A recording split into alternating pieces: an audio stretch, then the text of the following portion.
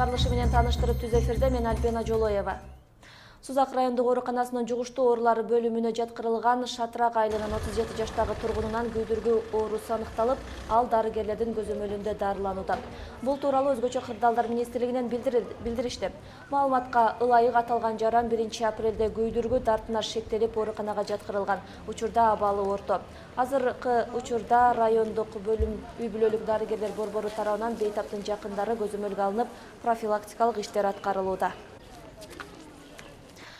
Бүгүн Ош шаарынын бир бөлүгү көгүлтүр отсуз калат. Бул тууралуу Газпром Кыргызстан ишканасынан билдиришти. Черемушки кичи районуна газ берүү саат 10:00дөн кечки 5-ке чейинки убакытта токтотулат.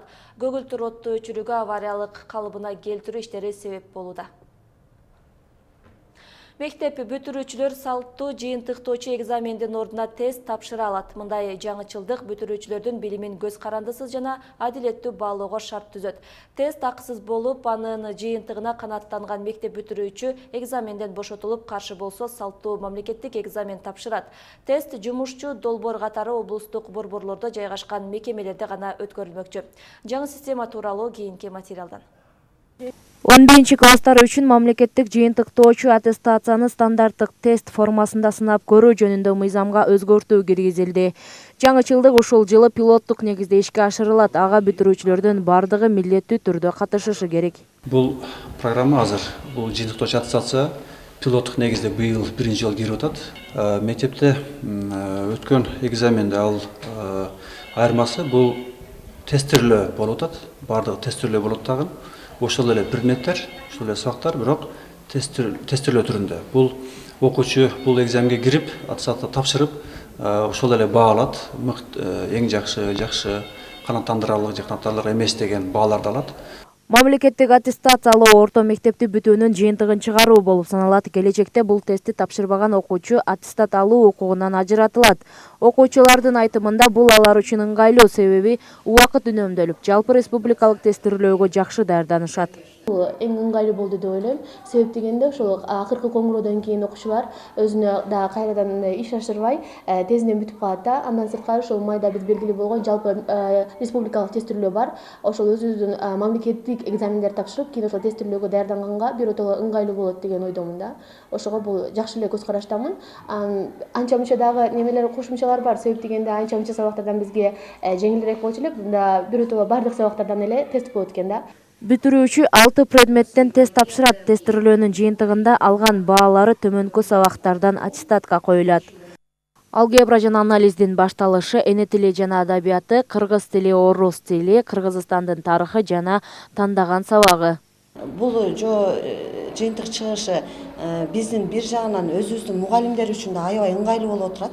Анткени ошол 5 сабактан милдеттүү түрдө мамлекеттик аттестациялоо экзамендерин тапшырса, мына ошол тест аркылуу тапшыргандан кийин жыйынтык баасы чыккандан кийин ошол жыйынтык баасына окуучу эгерде 3 алып кала турган болсо, эгерде окуучу нааразы боло турган болсо, окуучунун арызы менен кайрадан биз экзамен алабыз. Тестирлөө кийинки жылы бүт өлкө аймагындагы мектептерди камтыйт. Быйыл аттестациялоо киргизилип жаткан шаардагы бүтүрүүчүлөр педагогикалык кеңештин чечими менен жайкысын болчу адаттагы мамлекеттик экзамендерден бошотулат.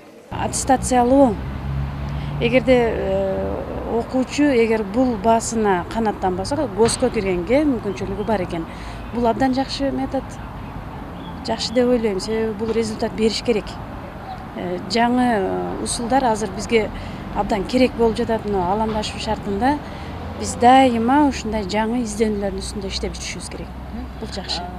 Тестти бүтүрүүчү кыргыз, орус же өзбек тилинде тапшырса болот. Жыйынтыктоочу мамлекеттик аттестациялоону сынап көрүү боюнча уюштуруу иштери Кыргыз Республикасынын Билим берүү жана Илим министрлиги тарабынан каржыланат. Кылымжан Азамат кызы Азам Бузрыков, ынтымак. Жыйынтыктоочу мамлекеттик аттестациялоо бүтүрүүчүлөргө 27 апрелде өткөрүлөт. Теманы толуктай Кылымжан айтсаңыз.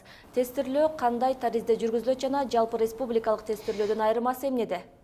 Билимди сыноого 4 саат 15 мүнөт убакыт берилет. Уюлдук телефон, калькулятор сыяктуу каражаттарды колдонууга болбойт. Эсеп чыгаруу үчүн окуучуга кошумча барак берилет.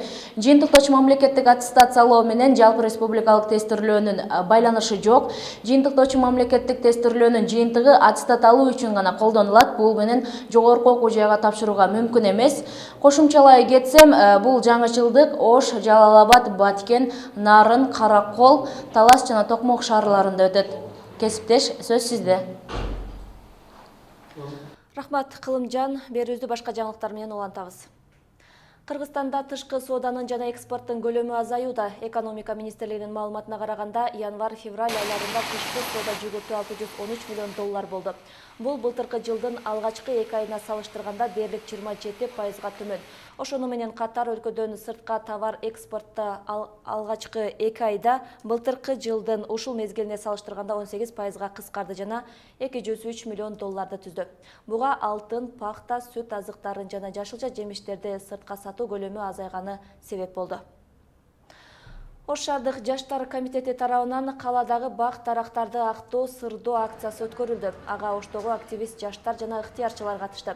Иш-чараны Курманжан Датка жана Ленин көчөлөрүнөн башташты. Аталган саамалык Ош шаардык мэриясынын 2 айлык ишембилик өткөрүү боюнча жарлыгынын негизинде жүргүзүлүүдө. Жаштар комитетинин төрагасы билдиргендей, бул сыяктуу ишембиликтер мындан ары да улантылат. Ишембилик өткөрүүдө шаардын борбордук бөлүгүндө эле эмес, чет жактагы аймактарга да басым жасалат. Мындан сырткары Ак Тилек аймак кеңешинде журналисттер аллеясынын бак дарактарын кароо менен бирге ал жерде арыктарын тазалоо иштерин жүргүзөбүз. Ошондой эле Кермет аймак кеңешинде болсо ал жерге газон себүү иштерин жүргүзөбүз. Ал эми Туран жана Амир Темир аймак кеңештеринде болсо жалпы ишембилик жүргүзүлөт. Ал жерде бул кезге чейин Ош шаарынын негизги аймактарында гана ишембилик акциялар жүргүзсө, биз мындан ары ошо шаардын чеке жактарына жайгашкан жерлерге да ошо тазалык акциялардын иштерин жүргүзөбүз. Эми спорт жаңылыктарынан Дордой клубу 22 000 сом айыпка жыгылды. Күйөрмандарынын эрежеге тыш аракеттери дагы кайталанса, клуб өз талаасында 1 жылга чейин оюн көрсөтө албай калышы мүмкүн. Дордой футбол клубунун күйөрмандарынын жүрүм-туруму кече дисциплинардык комитетте каралды. Оюн өтүп жатканда алар пиротехникалык каражаттарды колдонуу жыйында маалым болду. Футбол федерациясынан билдиришкендей, Кыргызстан чемпионатынын 2 жана 4 тур оюндарындагы үйдө өткөргөн беттештери үчүн Дордойго 20 000 сом айып салынды. Бул сиздерге жеткирип үлгүргөн акыркы кабарлар болду. Ушул жана башка жаңылыктар биздин сайтта да жайгаштырылган. Маалыматтар менен кененирээк ынтымак Чекит КЖ сайтынан тааныша аласыздар.